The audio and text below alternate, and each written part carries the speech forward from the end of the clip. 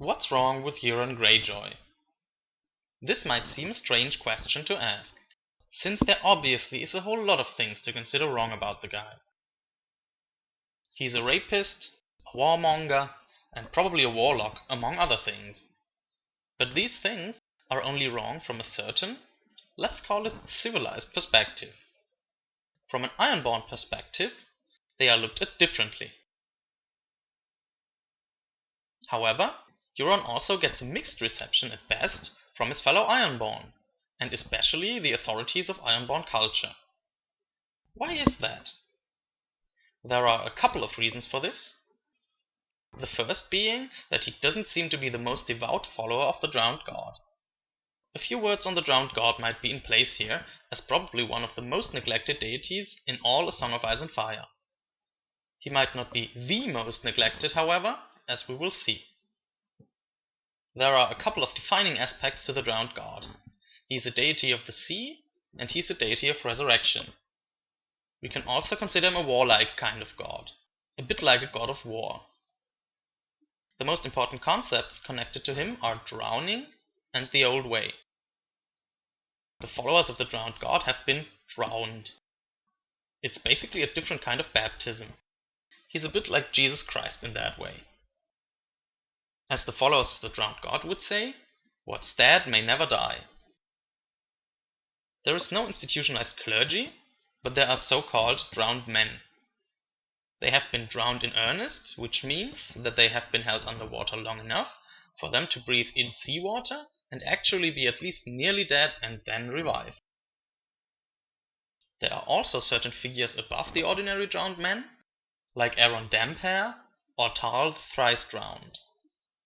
They are sometimes called priests or prophets, despite it being only personal authority that puts them above the others. And then there's one more defining aspect to the Drowned God.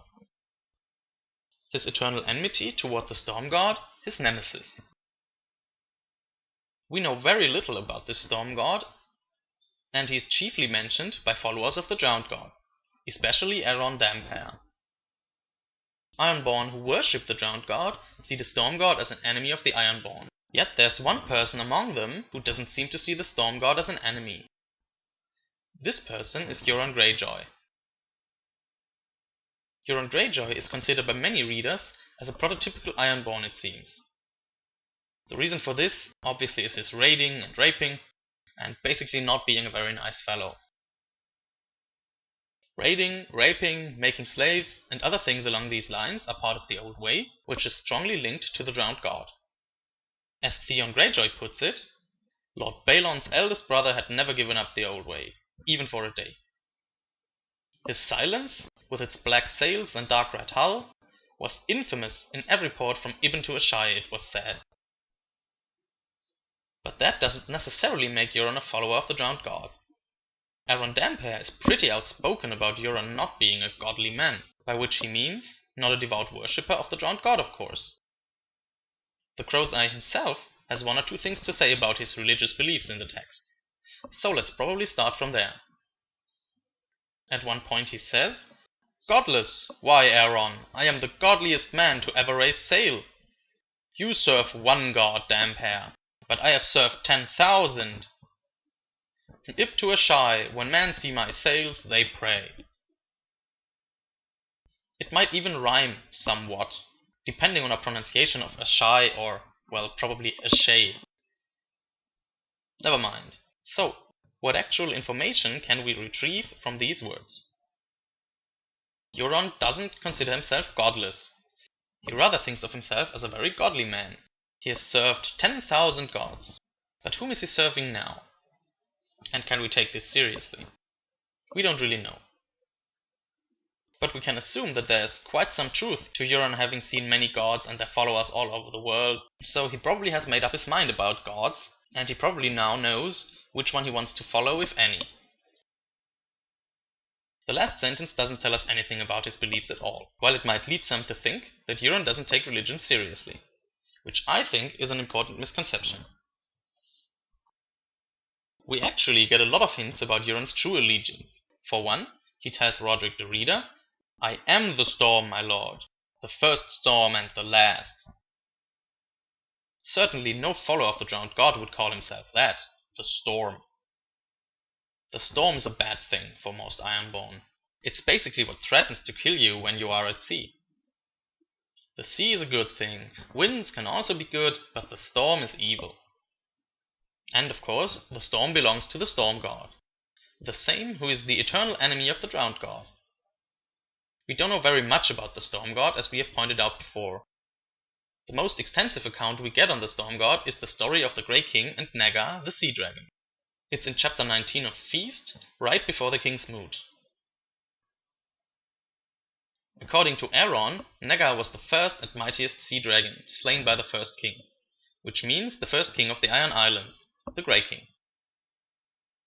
Euron thinks to himself, "For 1,000 years and 7 he reigned here. Here he took his mermaid wife and planned his wars against the Storm God. From here he ruled both stone and salt, wearing robes of woven seaweed and a tall pale crown made of Naga's teeth." The Grey King had built a long hall from Naga's body, making Naga's living fire his thrall. After the Grey King's death, however, the Storm God drowned Naga's fire, and took away a substantial part of the long hall, leaving only what we know now as Naga's bones. So, Euron basically gives us the oldest story there is of a conflict between the drowned god and the Storm God. The Grey King acts as the drowned god's champion to kill Naga, who seems to be a creature of the Storm God. The important point here is that Naga seems to be not only a dragon in name, but actually pretty much akin to the dragons Daenerys is raising. Although Naga seems to have come from the sea, her most important feature is her fire. Euron is therefore linked to dragons in two different ways. Euron links him to the Storm God, whose creatures are the sea dragons, and he wants to get a hold of Dany's dragons. Might that be a coincidence? The more convincing idea is, I think, that Euron is actually a champion of the Storm God in a way. He is on his quest to restore the dominion of the Storm God via the power of dragons, the flying kind this time around. But does that mean that the Storm God is real and that he confides in the Crow's Eye? Well, probably not. But what is going on then?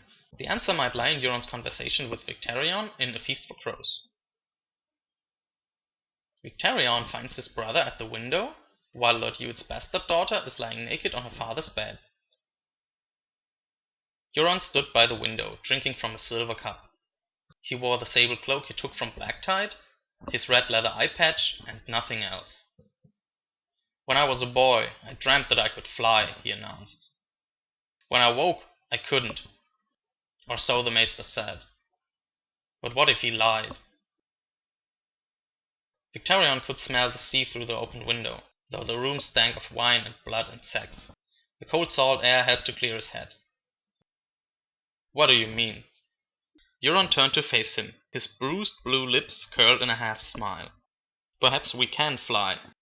All of us. How will we ever know unless we leap from some tall tower?" The wind came gusting through the window and stirred his sable cloak.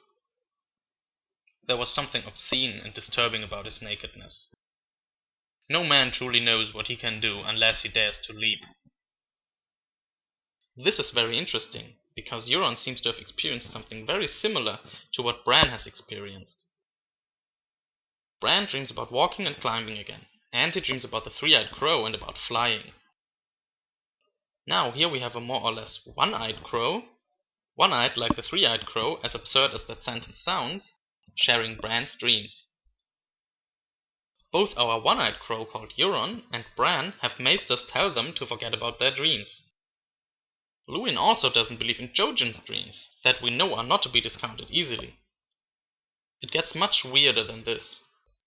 Why is Euron covering his non-smiling eye in the first place? Why is he so fond of crows that are not generally a kind of animal that Ironborn are very fond of? Why does his personal coat of arms show two ravens or crows crowning a red eye with a black crown? Yes, you heard me correctly. Two ravens or crows crowning a red eye with a black crown. There's really only one answer to this. Like Bran, Euron must have dreamt of Bloodraven, as the three-eyed crow, and probably even of Bloodraven as a person. Why else would the eye on his coat of arms be red, while Euron's own eyes are supposed to be blue and probably black? Why would he cover one of his eyes, if not to emulate Bloodraven and his lost eye? His interest in dragons and magic only completes the picture. Bloodraven has contacted Euron Greyjoy in the past and has influenced his life extensively. How do we go on from here? The answer will be in episode 2. If you enjoyed this video, please subscribe, like, and visit the shit out of our blog.